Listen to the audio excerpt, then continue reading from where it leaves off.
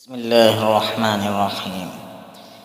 حج کی کتاب شروع کی جا رہی ہے۔ آپ حضرات سے گزارش ہے ویڈیو دیکھنے سے پہلے ویڈیو کو لائک کریں اور چینل کو سبسکرائب بھی کر لیں۔ حج کا لغوی معنی سب سے پہلے جانتے ہیں کہ حج کا لغوی معنی کیا ہے۔ تو اس کا معنی ہے کسی جگہ کا ارادہ کرنا، زیارت کرنا، اور اصطلاح میں حج ایک معروف و مشہور عبادت ہے جو اسلام کے 5 ارکان میں سے آخری رکن ہے۔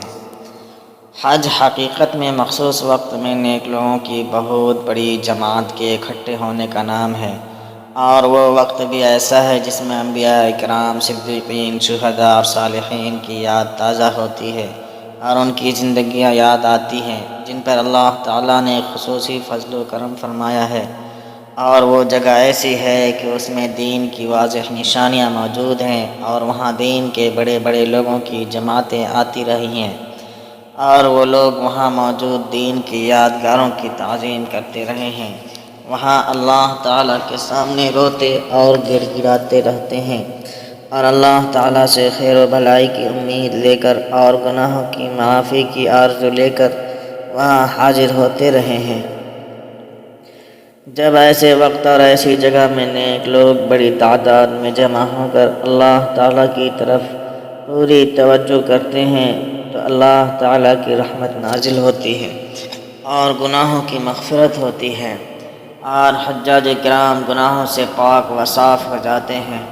حدیث شریف میں ہے کہ عرفہ کے دن شیطان جس قدر ذلیل و خوار، حقیر، کمزور اور غضبناک نظر آتا ہے کسی اور دن نظر نہیں آتا۔ اس کی وجہ یہ ہوتی ہے کہ وہ اللہ کی رحمت کے نزول اور بڑے بڑے گناہوں سے درگزر کرنے کو دیکھتا ہے اور اپنی پوری محنت پر پانی پھیرتے ہوئے دیکھتا ہے۔ کچھ بے دین نام نہاد دانشور لوگ یہ فلسفہ پیش کرتے ہیں کہ حج میں کتنا بڑا سرمایہ برباد ہوتا ہے اور کتنا وقت لگ جاتا ہے، آخر حج کا مقصد کیا ہے؟ اللہ تعالیٰ کی عبادت تو ہر جگہ سے کی جا سکتی ہے، دنیا کے تمام لوگوں کا دور دراز علاقوں سے سفر کر کے ایک جگہ جمع ہونا آخر کیوں ضروری ہے؟ حضرت شاہ ولی اللہ رحمۃ اللہ علیہ نے اس قسم کے سوالات کے جوابات دیتے ہوئے فرمایا کہ حج کی اصل ہر ملت و مذہب میں موجود ہے۔ تمام قوموں میں میلوں ٹھیلوں اور یاتراؤں کا رواج ہے، اسلام میں یہ کوئی نئی چیز نہیں، اور اس کی وجہ یہ ہے کہ لوگوں کے لیے 3 چیزیں ضروری ہیں۔ پہلا، کوئی ایسی جگہ ہونی ضروری ہے جس سے لوگ برکت حاصل کریں، اور وہ جگہ اس لیے برکت والی ہے کہ لوگوں نے وہاں اللہ کی نشانیوں کو نمودار ہوتے ہوئے دیکھا ہے۔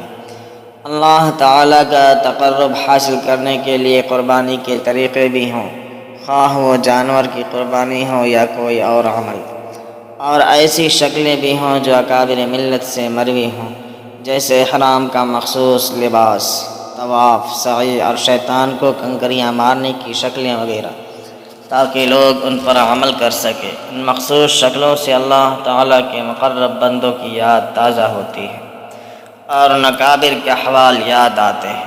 ان 3 چیزوں کے مجموعے کا نام حج ہے۔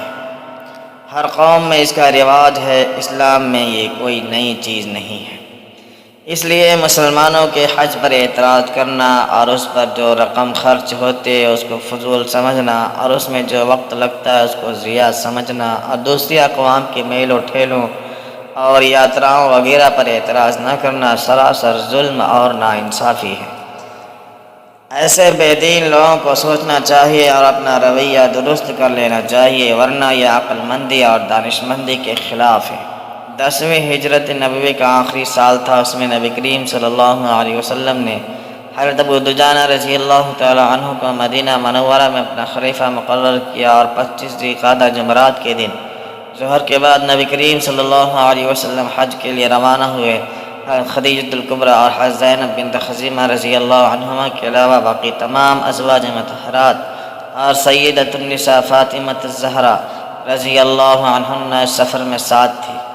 نبی کریم صلی اللہ علیہ وسلم نے روانگی سے پہلے غسل کیا۔ سیدہ عائشہ رضی اللہ عنہا نے آپ کے سر مبارک پر تیل اور بالوں کی مانگ میں عمدہ خوشبو لگائی، جس کا اثر کئی دن تک محسوس ہوتا رہا۔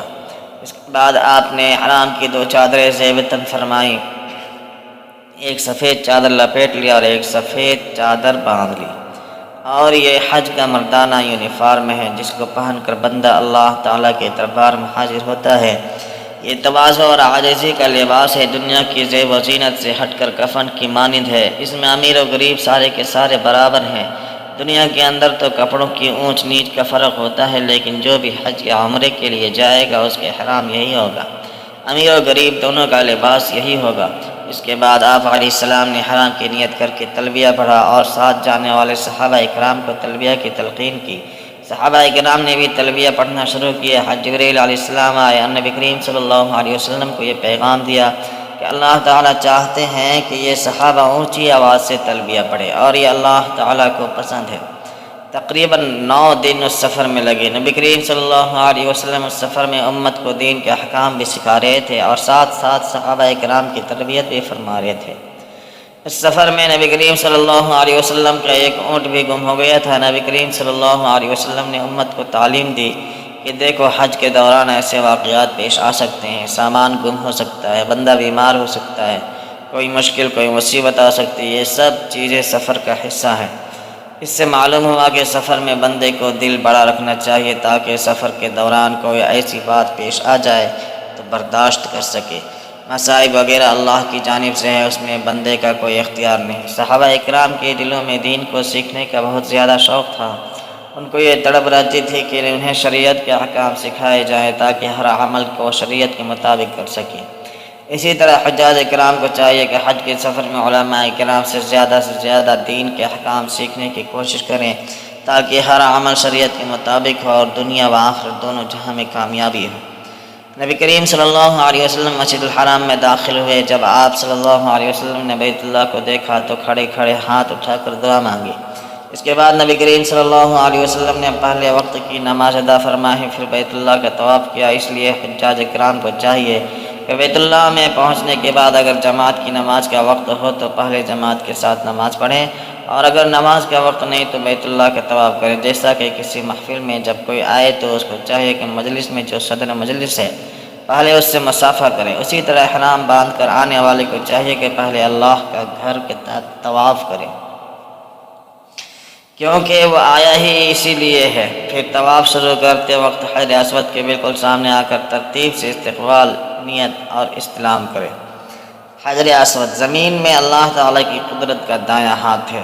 جس نے حجر اسود کو بوسہ دیا اس نے گویا اللہ رب العزت کی قدرت کی دایاں ہاتھ کو بوسہ دیا۔ دنیا کا دستور یہ ہے کہ اگر کوئی شخص محبوب سے ملنے جاتا ہے تو اس کا دل چاہتا ہے کہ محبوب سے ملے اور اس کے ہاتھوں کو بوسہ دے۔ اللہ تعالیٰ نے بھی بندوں کے واسطے محبت کے جذبے کے اظہار کے لیے عمل مشروع فرمایا ہے۔ بعض علماء نے لکھا ہے کہ انسان کے قلب کی جو کیفیت ہوتی ہے وہ حجر اسود کو بوسہ دیتے وقت یا استلام کرتے وقت حجر اسود کے اندر محفوظ ہو جاتی ہے۔ آج کل تو ویڈیو کیمرے نے اس کو سمجھنا آسان کر دیا ہے۔ جس طرح ویڈیو کیمرہ منظر کو محفوظ کر لیتا ہے، بالکل اسی طرح حجر اسود بھی اس حاجی اور عمرہ کرنے والے کے دل کی کیفیت کو محفوظ کر لیتا ہے۔ اس کا ایکس رے ہو جاتا ہے اور قیامت کے دن اس کیفیت کے ساتھ انسان اپنے پروردگار کے سامنے پیش ہوگا۔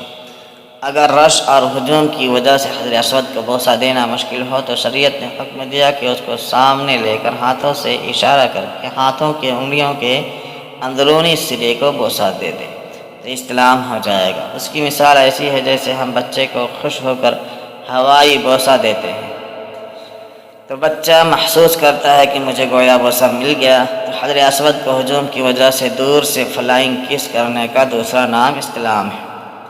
اس کے بعد نبی کریم صلی اللہ علیہ وسلم نے طواف شروع کیا اور اس میں 2 کام اور بھی کیے۔ ایک کام تو یہ کیا کہ آپ صلی اللہ علیہ وسلم احرام کے کپڑوں کو دائیں کندھے کے نیچے سے اوپر لے گئے اور دائیں کندھے کو ننگا کر لیا، اس کو استواء کہتے ہیں، اور یہ طواف کے 7 چکروں میں کیا۔ اور دوسرا کام طواف کے شروع کے 3 چکروں میں رمل کیا۔ رمل سے مراد ہے طواف کے شروع کے 3 چکروں میں اگر جگہ اور موقع ہو تو پہلوانوں کی طرح کاندھے ہلا کر قدرے تیز چلنا، اس کو رمل کہتے ہیں۔ پھر اس کے بعد نبی کریم صلی اللہ علیہ وسلم ملتزم پر تشریف لائے۔ حجر اسود اور بیت اللہ کے درمیان 6 فٹ کی دیوار کے حصے کو ملتزم کہتے ہیں، اور اس سے لپٹ کر دعا کیا، اور آپ صلی اللہ علیہ وسلم ملتزم سے اس طرح لپٹے کہ آپ کا سینہ مبارک بھی دیوار کے ساتھ تھا، رخسار مبارک بھی دیوار کے ساتھ تھا، دونوں ہاتھ اوپر تھے جیسے چھوٹا بچہ ماں کے سینے سے لپٹ جاتا ہے۔ اللہ تعالیٰ کے حبیب صلی اللہ علیہ وسلم ملتزم سے اس طرح لپٹ گئے، جو شخص ملتزم سے لپٹا وہ ایسے ہی ہے جیسے اس نے اپنے اللہ سے معانقہ کیا۔ پھر اس کے بعد مقام ابراہیم اور بیت اللہ کو سامنے لے کر 2 رکعت نماز ادا کی۔ اس کے بعد زمزم کے کنویں پر تشریف لے آئے اور نبی کریم صلی اللہ علیہ وسلم نے زمزم کا پانی پیا۔ پھر نبی کریم صلی اللہ علیہ وسلم صفا کے پہاڑ کی طرف روانہ ہوئے اور صفا اور مروہ کے درمیان سعی فرمائی، اور آپ میلین اخضرین کے درمیان دوڑے بھی تھے۔ نبی کریم صلی اللہ علیہ وسلم نے حج قران کا احرام باندھا تھا، اس لیے سعی کے بعد حلق نہیں کروایا اور احرام میں رہے، اور جو صحابہ کرام عمرہ کے احرام باندھ کر آئے تھے انہوں نے سعی سے فارغ ہو کر حلق کروا لیا، یعنی بال کٹوا کر احرام کی چادریں اتار دی اور عام کپڑے پہن لیا۔ آپ صلی اللہ علیہ وسلم اس کے بعد خیموں میں تشریف لے آئے جو مکہ مکرمہ سے باہر لگے ہوئے تھے، اور بقیہ 4 دن آپ صلی اللہ علیہ وسلم نے وہاں قیام فرمایا۔ روزانہ حرم تشریف لے جاتے تھے اور واپس آ جاتے تھے۔ پھر سال ذی الحجہ کو نبی کریم صلی اللہ علیہ وسلم نے بیت اللہ کے قریب خطبہ دیا۔ یہ حج کا پہلا خطبہ تھا۔ اس میں نبی کریم صلی اللہ علیہ وسلم نے قرب قیامت کی علامتیں بتائیں کہ قیامت کے قریب دنیا میں کیا کیا ہوگا۔ پھر 8 ذی الحجہ کو جو صحابہ کرام عمرہ کر کے احرام سے نکل گئے تھے انہوں نے دوبارہ حج کا احرام باندھا، اور نبی کریم صلی اللہ علیہ وسلم حج قران کی وجہ سے پہلے ہی سے احرام میں تھے، چنانچہ آپ صلی اللہ علیہ وسلم صحابہ اکرام کے ساتھ 8 ذی الحجہ کو مینا کے لیے روانہ ہوئے اور ظہر سے پہلے پہنچ گئے اور رات وہیں قیام فرمایا۔ اگلا دن 9 ذی الحجہ جمعہ کا دن تھا۔ نبی کریم صلی اللہ علیہ وسلم مینا میں فجر کی نماز ادا کرنے کے بعد عرفات کی طرف تشریف لے گئے۔ ظہر سے پہلے عرفات میں پہنچنے کے بعد آپ صلی اللہ علیہ وسلم نے تھوڑی دیر آرام فرمایا اور غسل فرمایا، ظہر اور عصر کی نمازیں اکٹھی ادا فرمائیں، پھر اس کے بعد خطبہ دیا۔ یہ حج کا دوسرا خطبہ تھا۔ نبی کریم صلی اللہ علیہ وسلم نے اس خطبے میں یہ فرمایا تھا کہ لوگوں اس مجلس کے بعد اس سال کے بعد ہم اور تم اکٹھے نہیں ہوں گے۔ تو حضرت عمر رضی اللہ تعالیٰ عنہ یہ سن کر رو پڑے، سمجھ گئے کہ شاید میرے آقا صلی اللہ علیہ وسلم کی اب روانگی کا وقت قریب ہے۔ نبی کریم صلی اللہ علیہ وسلم نے اس خطبے میں یہ بھی فرمایا کہ لوگوں میں نے سود ختم کر دیا، خون بہا معاف کر دیا، اور یہ بھی فرمایا کہ آپس میں ایک دوسرے کے حقوق کی پامالی نہ کرو، ایک دوسرے کے حق تلفی نہ کرو، عورتوں کے حقوق کے بارے میں فرمایا کہ ان کے حقوق ادا کرو، اور یہ بھی فرمایا کہ تم دین کے اوپر جمے رہو، وغیرہ وغیرہ۔ واضح رہے کہ 9 ذی الحجہ کا دن یوم عرفہ یا حج کا دن کہلاتا ہے۔ اللہ رب العزت کے نزدیک یہ بہت ہی زیادہ محبوب دن ہوتا ہے، یہ مغفرت کا دن ہوتا ہے۔ نبی کریم صلی اللہ علیہ وسلم نے فرمایا کہ میں نے بدر اور عرفہ کے دن کے علاوہ شیطان کتنا ذلیل ہوتے ہوئے کبھی نہیں دیکھا۔ یہ بدر کے دن ذلیل ہوا تھا، یہ عرفہ کا دن ذلیل ہوتا ہے، سر پر مٹی ڈالتا ہے، چلاتا ہے کہ میری تو سالوں کی محنت ضائع ہو گئی۔ اس کے بعد نبی کریم صلی اللہ علیہ وسلم نے صحابہ کرام کو فرمایا کہ آپ تم وقوف کرو۔ وقوف کا مطلب یہ ہے کہ حجاج کرام اس وقت اللہ رب العزت سے کھڑے ہو کر دعائیں مانگے، اگر کھڑے نہیں ہو سکتے تو بیٹھ کر دعائیں مانگے، اور اگر بیٹھ کر نہیں مانگ سکتے تو لیٹ کر مانگے۔ جب سورج غروب ہو گیا تو اس کے بعد نبی کریم صلی اللہ علیہ وسلم عرفات سے واپس مزدلفہ کی طرف تشریف لائے، اور وہاں پہنچ کر عشاء کے وقت میں مغرب اور عشاء کی نمازیں ملا کر پڑھی۔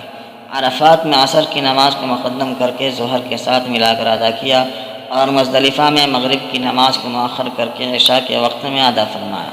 اس میں اس بات کی تعلیم دے کہ اللہ تعالیٰ کی جانب سے جس وقت جو حکم آئے اس کی پیروی کرو اور اس کو مانو۔ بندگی سکھائی کہ شریعت کے حکم کے سامنے ہمیشہ سر تسلیم خم کر دو، سر جھکا دو، شیطان کی طرح عقل کے پیچھے نہ پڑو، اور تکبر اور ضد نہ کرو ورنہ مردود ہو جاؤ گے۔ نبی کریم صلی اللہ علیہ وسلم نے مزدلفہ میں حضرت عبداللہ ابن عباس رضی اللہ عنہ کو حکم فرمایا کہ آپ کنکریاں چن لیں۔ 3 دن جو کنکریاں ماری جاتی ہیں انہیں مزدلفہ میں چننا مسنون عمل ہے، باقی کہیں سے بھی جمع کیا جا سکتا ہے۔ وہ کنکریاں بڑی نہیں ہونی چاہیے، موٹے چنے کا دانہ جو پلاؤ میں ڈالتے ہیں اس کے برابر ہونی چاہیے۔ نبی کریم صلی اللہ علیہ وسلم نے مزدلفہ تشریف لانے کے بعد عورتوں، بچوں، بوڑھوں اور بیماروں کو مینا روانہ فرما دیا، لیکن ان کو فرما دیا کہ جب تک سورج طلوع نہ ہو شیطان کو کنکریاں نہیں مارنا، اور خود آپ صلی اللہ علیہ وسلم نے مزدلفہ کے اندر قیام فرمایا، حاجی کے حق میں مزدلفہ کی رات شب قدر کی مانند اہم اور قیمتی ہوا کرتی ہے۔ پھر نبی کریم صلی اللہ علیہ وسلم نے فجر کی نماز مزدلفہ میں پڑھنے کے بعد مزدلفہ میں وقوف کیا، یعنی قبلہ رخ کھڑے ہو کر اللہ تعالیٰ سے دعا مانگی۔ وقوف مزدلفہ کا مطلب ہے اللہ تعالیٰ سے عاجزی اور آہوزاری کرنا، تاکہ اللہ تعالیٰ حرم میں آنے کی توفیق دے دے۔ وقوف کرنے کے بعد مزدلفہ سے مینا کی طرف تشریف لائے، اور راستے میں مزدلفہ اور مینا کے درمیان ایک وادی ہے، اس کو وادی محصر کہتے ہیں۔ یہ وہ جگہ ہے جہاں یمن سے ابرہہ کا ہاتھیوں والا لشکر آیا تھا، اور اللہ تعالیٰ نے پرندوں کے ذریعے ہاتھیوں کے لشکر کو وہاں پر ہلاک کیا تھا۔ آپ صلی اللہ علیہ وسلم جب وہاں سے گزرنے لگے تو آپ نے سواری کو ذرا تیز فرما دیا۔ اس سے یہ بات معلوم ہے کہ جس جگہ پر اللہ کا عذاب آیا ہو اس کو سیرگاہ اور تفریح گاہ نہیں بنانا چاہیے، بلکہ وہاں سے گزرنا پڑے تو جلدی سے گزر جانا چاہیے، تاکہ اللہ تعالیٰ گزرنے والے کو بھی اس عذاب میں مبتلا نہ فرمائے۔ باقی عبرت اور سبق لینے کے لیے دیکھنا چاہے تو دور سے دیکھیں۔ پھر جب آپ صلی اللہ علیہ وسلم مینا تشریف لائے تو مینا میں آپ صلی اللہ علیہ وسلم نے سب سے پہلے جو آخری شیطان ہے اس کو کنکریاں ماری۔ اصل میں شیطان کو کنکریاں مارنا اپنی نفرت اور بیزاری کا اظہار کرنا ہے۔ ایماندار حضرات شیطان سے بغض رکھتے ہیں، ولی دلی نفرت کرتے ہیں اور اس کو کنکریاں مارتے ہیں، اور بے ایمان لوگ شیطان سے دلی نفرت نہیں کرتے اور شیطان کو کنکریاں نہیں مارتے، تاکہ دوستی میں خلل نہ آئے۔ رمی کی حکمت یہ ہے کہ بیت اللہ کے طواف زیارت کے لیے آنے سے پہلے شیطان بدبخت کو، جو اللہ کے دشمن ہے اور سارے انسانوں کا دشمن ہے، کنکریاں مار کر اس کے دشمن ہونے کو ثابت کیا جائے، اس سے نفرت اور اللہ سے محبت کو ظاہر کیا جائے۔ لطیفہ: شیطان کو 7 کنکریاں مارنی ہوتی ہیں، تو ایک صاحب نے شیطان کو 6 کنکریاں ماری اور 7ویں کنکری جیب میں ڈال لی۔ کسی نے کہا 7ویں کنکری شیطان کو کیوں نہیں ماری؟ تو جواب دیا کہ وہ گھر جا کر بیوی کو ماروں گا، کیونکہ وہ بیچارہ بیوی سے تنگ تھا۔ تو ایسا نہ کرے، شیطان کو پوری 7 کنکریاں مارے۔ بعض لوگ شیطان کو جوتا اتار کے مارتے ہیں، ایسا بھی نہ کرے، کیونکہ شیطان کو جوتے مارنے سے اتنی تکلیف نہیں ہوتی جتنی سنت کے مطابق چھوٹا سا پتھر مارنے سے تکلیف ہوتی ہے۔ سنت کے مطابق چھوٹا سا پتھر مارنا ایسا ہی ہے جیسے پستول کی گولی کسی کو مار دی، یا سنت طریقے کے مطابق شیطان کو مارے۔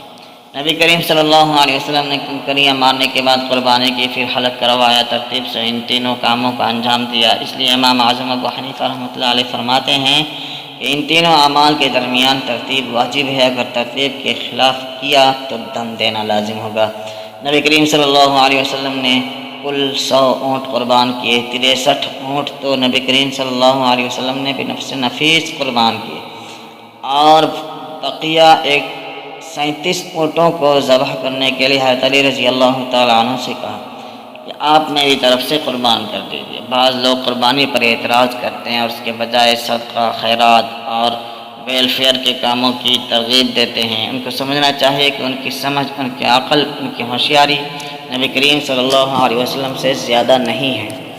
جب نبی کریم صلی اللہ علیہ وسلم نے قربانی کی، ایک نہیں بلکہ 100 اونٹوں کی قربانی کی، صدقہ، خیرات اور ویلفیئر کے کام کی ترغیب نہیں دی، تو ان کو کیا حق بنتا ہے کہ اللہ کے نبی سے زیادہ شریعت کو سمجھنے کا دعویٰ کرتے پھرے اور نبی کے کام کے خلاف لوگوں کو ترغیب دے؟ ان پر ضروری ہے کہ ایسی باتوں سے توبہ کریں، ورنہ آخرت تو برباد ہوگی، دنیا بھی برباد ہونے کا خطرہ ہے۔ ایسے لوگوں کو اللہ تعالیٰ مہلت دیتے ہیں تاکہ توبہ کر لے۔ اگر اس مہلت سے فائدہ نہیں اٹھاتے اور توبہ نہیں کرتے اور اپنے اعمال کو درست نہیں کرتے تو اللہ تعالیٰ اچانک پکڑ لیتا ہے، اور اللہ کی پکڑ سب سے زیادہ سخت اور خطرناک ہوتی ہے۔ اس لیے موقع سے فائدہ اٹھائیں، اللہ سے توبہ کریں اور اللہ کو راضی کریں، تاکہ دنیا و آخرت دونوں جہاں میں کامیابی ہو۔ لوگوں کے لیے قربانی میں حکمت یہ ہے کہ اپنی خواہشات کو اللہ کے حکم پر قربان کر دیں، اسی کا نام بندگی ہے۔ اور اس کا طریقہ یہ ہے کہ جانور کی قربانی کر کے دکھائیں۔ قربانی کے بعد نبی کریم صلی اللہ علیہ وسلم نے حلق کروایا اور اس کے بعد آپ نے احرام اتار دیا۔ حضرت عمر بن عبداللہ عدوی رضی اللہ تعالیٰ عنہ نے نبی کریم صلی اللہ علیہ وسلم کے منہ مبارک کو مونڈا۔ آپ صلی اللہ علیہ وسلم کے منہ مبارک بال مبارک بڑے تھے۔ حضرت ابو طلحہ رضی اللہ تعالیٰ عنہ کے ذریعے وہ بال صحابہ کرام میں تقسیم کروائے۔ بال مبارک کو صحابہ کرام میں تقسیم کرنے کی وجہ یہ تھی کہ نبی کریم صلی اللہ علیہ وسلم نے حج کے 2 مہینے بعد دنیا سے پردہ فرمانا تھا، تو آپ صلی اللہ علیہ وسلم نے اپنی یاد کے لیے، محبت کے لیے صحابہ کرام رضی اللہ عنہم میں وہ بال تقسیم کروا دیے۔ نبی کریم صلی اللہ علیہ وسلم نے 10 ذوالحجہ کو ہفتہ کے دن مینا میں ایک خطبہ بھی دیا، اس کو یوم النحر کا خطبہ بھی کہتے ہیں، کیونکہ 10 ذوالحجہ کو قربانی کی جاتی ہے۔ اس خطبے میں نبی کریم صلی اللہ علیہ وسلم نے فرمایا کہ فَلْيُبَلِّغُ الشَّاهِدُ الْغَائِبَ، ترجمہ تم میں سے جو حاضر ہے وہ میرے اس پیغام کو ان تک بھی پہنچا دے جو یہاں پر حاضر نہیں ہے۔ قربانی کے بعد حلق کرنے سے احرام کی تمام پابندیاں ختم ہو جاتی ہے، البتہ ایک پابندی باقی رہتی ہے کہ جب تک طواف زیارت نہ کر لیا جائے اس وقت تک میاں بیوی کا ملنا منع ہوتا ہے۔ حج کا اصل مقصد اللہ تعالیٰ کی تجلیات کا دیدار کرنا ہے، چنانچہ حج کے احرام باندھ کر مینا، عرفات اور مزدلفہ میں جانا ہوا، واپس مینا میں آ کر شیطان کو کنکریاں ماری، قربانی کی، حلق کیا، اس کے بعد احرام اتاری۔ اب پہلے بیت اللہ شریف کا طواف کر کے اللہ تعالیٰ کے ساتھ ملاقات کریں، پھر اس کے بعد مخلوق سے ملاقاتیں کریں۔ چنانچہ نبی کریم صلی اللہ علیہ وسلم 10 ذوالحجہ کو مینا سے بیت اللہ آئے اور آپ صلی اللہ علیہ وسلم نے بیت اللہ شریف کا طواف کیا، اور یہ طواف احرام کے بغیر کیا، اس کو طواف زیارت کہتے ہیں۔ یہ حج کا دوسرا بڑا رکن ہے۔ طواف زیارت اصل میں اللہ تعالیٰ کے دیدار کرنے کی مانند ہے۔ میزبان مہمان کو اپنے گھر بلائے اور خوب مہمان نوازی کرے اور اپنا دیدار نہ کروائے تو پھر بلانے کا فائدہ کیا ہوا؟ مگر یہ دیدار کرنا ہر بندے کی آنکھ کا کام نہیں۔ حسن بصری رحمۃ اللہ علیہ فرماتے ہیں، میں طواف کر رہا تھا کہ ایک نوجوان لڑکی کو دیکھا، وہ اللہ تعالیٰ کی محبت میں اونچی اونچی آواز میں بڑے عشق اور محبت کے اشعار پڑھ رہی تھی۔ مجھے عجیب سا لگا کہ جوان لڑکی عشقی اشعار پڑھ رہی ہے، تو میں نے اسے منع کیا کہ مناسب نہیں لگتا کہ تم اونچی آواز میں ایسے اشعار پڑھو۔ وہ مجھے کہنے لگی کہ حسن مجھے بتاؤ کہ گھر کا طواف کر رہے یا رب العتیق کی تجلیات کا طواف کر رہے ہو؟ میں نے کہا میں تو بیت اللہ کا طواف کر رہا ہوں، وَلْيَطُوفُوا بِالْبَيْتِ الْعَتِيقِ۔ جب میں نے یہ کہا تو مسکرائی اور کہنے لگی، ہاں جن کے دل پتھر ہوتے ہیں وہ اس پتھر کے گھر کا طواف کر رہے ہوتے ہیں، اور جن کے دل زندہ ہوتے ہیں وہ پروردگار کی تجلیات کا طواف کر رہے ہوتے ہیں۔ اور یہ طواف 12 ذوالحجہ کے سورج غروب ہونے سے پہلے کرنا ہوتا ہے۔ اگر سورج غروب ہونے سے پہلے نہیں کیا تو طواف زیارت بھی کرنا ہوگا، اور تاخیر ہونے کی وجہ سے حرم کی حدود میں ایک دم بھی دینا لازم ہوگا۔ طواف زیارت کے بعد نبی کریم صلی اللہ علیہ وسلم مینا تشریف لائے، پھر مینا سے اپنے خیمہ میں تشریف لائے، اور اس سے اگلے دن آپ صلی اللہ علیہ وسلم نے طواف وداع فرمایا۔ اس طرح حج کا سفر مکمل ہوا۔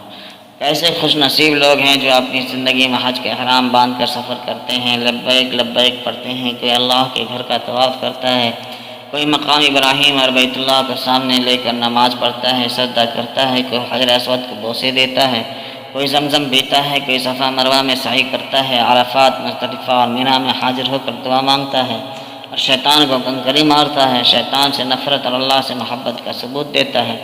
کیا ہی عجیب منظر ہوتا ہے۔ اللہ تعالی ہمیں بھی ان عشاق میں شامل فرمائے اور ہمیں زندگی میں بار بار ان مقدس جگہوں کی حاضری کی توفیق عطا فرمائے۔ حج چونکہ مالداروں پر زندگی میں ایک مرتبہ فرض ہوتا ہے، بعض تو ایسے مالدار ہوتے ہیں کہ زندگی گزر جاتی ہے مگر حج کی سعادت حاصل کرنا ان کی قسمت میں نہیں ہوتا۔ بعض ایسے غریب ہوتے ہیں کہ عشاق میں زندگی ختم ہو جاتی ہے مگر مالی استطاعت نہ ہونے کی وجہ سے یہ حسرت لے کر قبر میں چلے جاتے ہیں۔ بعض پوری زندگی میں ایک مرتبہ حج کرتے ہیں، اور بعض ایسے ہیں کہ وہ ہر سال حج کرتے ہیں مگر ان کا دل نہیں بھرتا، موت تک ہر سال حج کے لیے چلے جاتے ہیں۔ یہ اللہ کا فضل و کرم ہے۔ ہر ایک کے ساتھ معاملہ ایک جیسا نہیں ہے، ہر ایک کا جذبہ اور محبت کا انداز ایک جیسا نہیں ہے، اور اللہ تعالیٰ کا معاملہ بھی ہر ایک کے ساتھ ایک جیسا نہیں ہے۔ وہ خالق و مالک ہے، ہر چیز اس کے اختیار میں ہے، وہ جیسا کرنا چاہے کر سکتا ہے، اس پر کسی کو اعتراض کرنے کا حق نہیں ہے۔